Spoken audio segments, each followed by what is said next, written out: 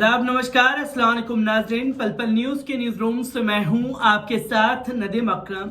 Supreme court ने ज्ञान व्यापी मस्जिद के मामले पर हिंदू पक्षकारों को आज सुप्रीम कोर्ट से ऐसी फटकार लगा करके भगाया है जिसके चलते हंगामा मचना तय है, क्योंकि लगातार ज्ञान व्यापी मस्जिद को टारगेट किया जा रहा है, जिसकी तस्वीरें समय समय पर सामने आई, कभी निचली अदालत के फैसलों से तो कभी सुप्रीम कोर्ट को लेकर के।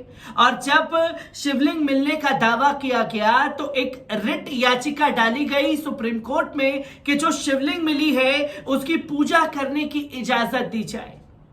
और जब यह मामला आज सुप्रीम कोर्ट में पहुंचा, रिट याचिका दाखिल होने के बाद, तो सुप्रीम कोर्ट ने साफ तौर पर हिंदू पक्षकारों को बड़ा झटका देते हुए साफ तौर पर इनकार कर दिया कि निचली अदालतों का फैसला जब तक नहीं आएगा उसके बाद तक कोई फैसला नहीं लेने वाले हैं।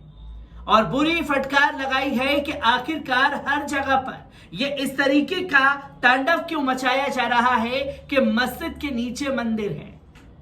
सुप्रीम कोर्ट में बड़ी दलीलें रखी गई हैं और किस तरीके से सुप्रीम कोर्ट के जजों ने हिंदू पक्षकार को फटकार लगाई है, एक बार इस पूरी रिपोर्ट पर भी नजर डालते हैं।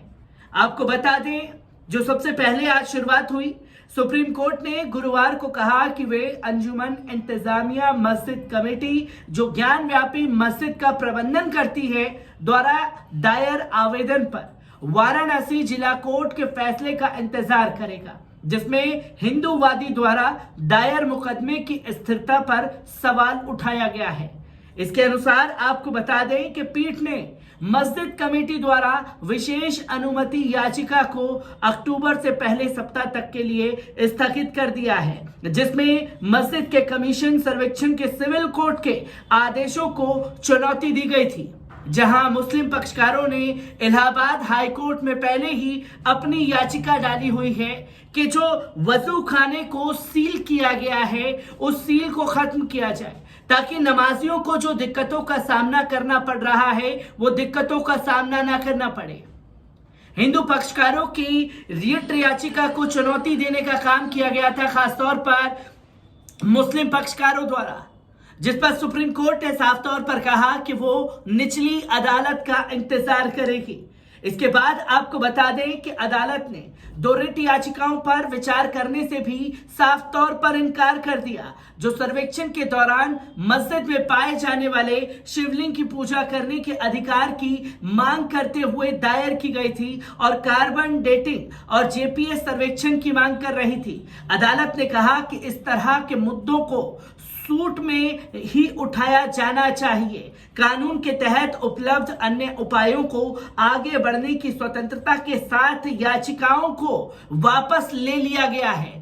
जहां हिंदू पक्षकार के लोग पहुंचे थे कि इसकी हमें इजाजत दी जानी चाहिए, जिसे साफ तौर पर सुप्रीम कोर्ट ने यह कहते हुए इनकार कर दिया कि अगर सुप्रीम कोर्ट में ज्ञान व्यापी मस्जिद की सुनवाई हुई तो सूट के हिसाब से होगी। अब जिस सूट के हिसाब से बात की जाएगी उसका काउंटर मुस्लिम पक्षकारों को करना पड़ेगा, जैसे कि बाबरी मस्जिद की याचिका के दौरान देखा गया था, जब सुप्रीम कोर्ट में दोनों पक्षों की दलीलें चल रही थी। उसे सूट कोर्ट में तब्दील करते हुए कहा कि जब इस सूट का नंबर आएगा तब जाकर के हम इस पर बात करने के लिए तैयार होंगे, तब तक आपकी कोई भी दलीलें स्वीकार नहीं की जाएंगी। इसी के साथ आपको बता दें कि सुनवाई के दौरान जस्टिस चंद्रचूड़ ने सुझाव दिया कि कार्रवाई को सुप्रीम कोर्ट के समक्ष लंबित नहीं रखा जा सकता, क्योंकि जिला न्यायालय आदेश 7 नियम 11 सीपीसी के तहत मुकदमे पर आपत्तियों और सीपीसी आदेश 26 के तहत एक आयोग की नियुक्त की आपत्तियों का निर्णय करने के लिए सक्षम है। मस्जिद कमेटी की ओर से पेश हुए सीनियर एडवोकेट हुजैफा अहमदी ने जवाब दिया कि आयोग के सर्वेक्षण का आदेश पूर्ण दृष्टिता या बिना अधिकार क्षेत्र के है, जिसकी इजाजत नहीं दी गई थी कोर्ट की तरफ से, उसकी भी जांच के लिए इन्होंने सर्वेक्षण किया। इस बात का भी जिक्र आज सुप्रीम कोर्ट में किया गया। आपको बता दें कि वकील ने कहा कि अगर मैं एक मामला बन सकता हूं कि आयोग की नियुक्ति का आदेश अवैध है, तो रिपोर्ट को काट देना होगा। मेरा मामले में आयोग की रिपोर्ट का आदेश देने की कोई स्थिति नहीं है। कृपया देखें कि आयोग की रिपोर्ट के कारण क्या हुआ है। कोर्ट का कहना है कि ये हानिकारक है, लेकिन अब पूरे क्षेत्र को सील कर दिया गया है। कई वर्षों से मौजूद यथास्थिति को बदल लिया गया है। इसने प्रभावी रूप से पूजा स्थल के चरित्र को बदल दिया है। जहां मुस्लिम पक्षकार ने कहा कि मैं एक तरीके से पूरा मामला बन सकता हूं, मैं इस मामले को रखता हूं, तो जो चीजें की गई हैं मस्जिद के साथ में, वजू खाने को जो सील किया गया है वो हटना चाहिए। उसके चलते जो है तमाम चीजों की दिक्कतों का सामना करना पड़ रहा है, जो कि सुप्रीम कोर्ट में इस बात को मुस्लिम पक्षकारों की तरफ से कहा गया। तो वहीं हुज़ैफा अहमदी ने प्रस्तुत किया कि आयोग की रिपोर्ट का आदेश एक तरफा पारित किया गया था और उन्हें अपनी आपत्तियां दर्ज करने की अनुमति नहीं दी गई। पीठ ने तब जवाब दिया कि वे स्पष्ट करेगी कि आयोग की रिपोर्ट पर प्रतिवादियों द्वारा उठाई गई सभी आपत्तियां खुली हैं और निचली अदालत के समक्ष आंदोलन किया जा सकेगा। तो वहीं हुज़ैफा ने कहा साफ तौर पर कि हमें तमाम चीजें पेश करने का मौका ही नहीं दिया गया।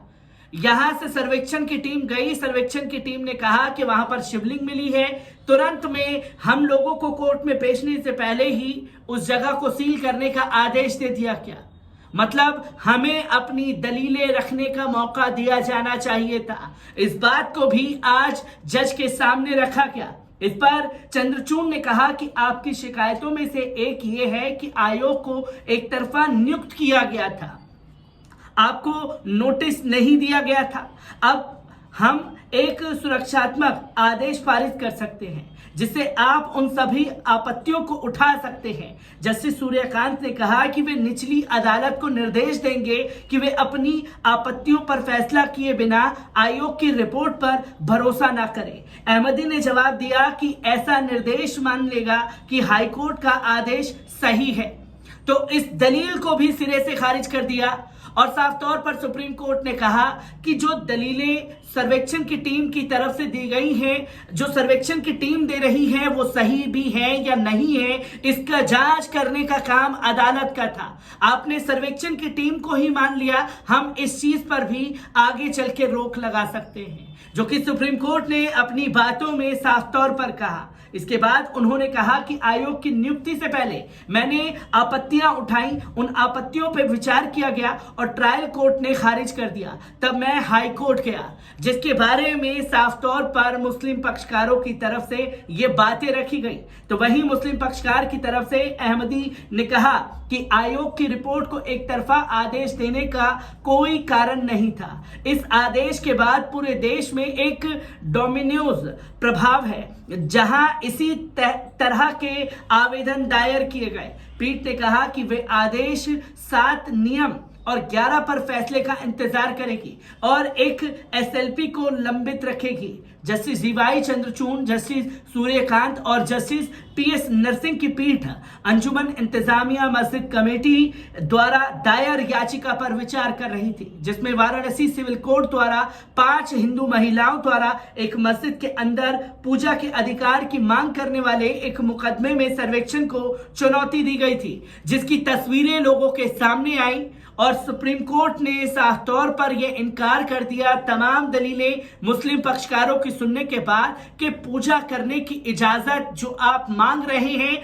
जब तक निचली अदालत का कोई फैसला नहीं आएगा तब तक हमारी तरफ से कोई फैसला नहीं सुनाया जा सकता, जिसमें मुस्लिम पक्षकारों की एक बड़ी जीत देखने को मिली है। मैं ऐसी ही खबरों से आपको रूबरू कराता रहूंगा। दीजिए इजाजत, शुक्रिया।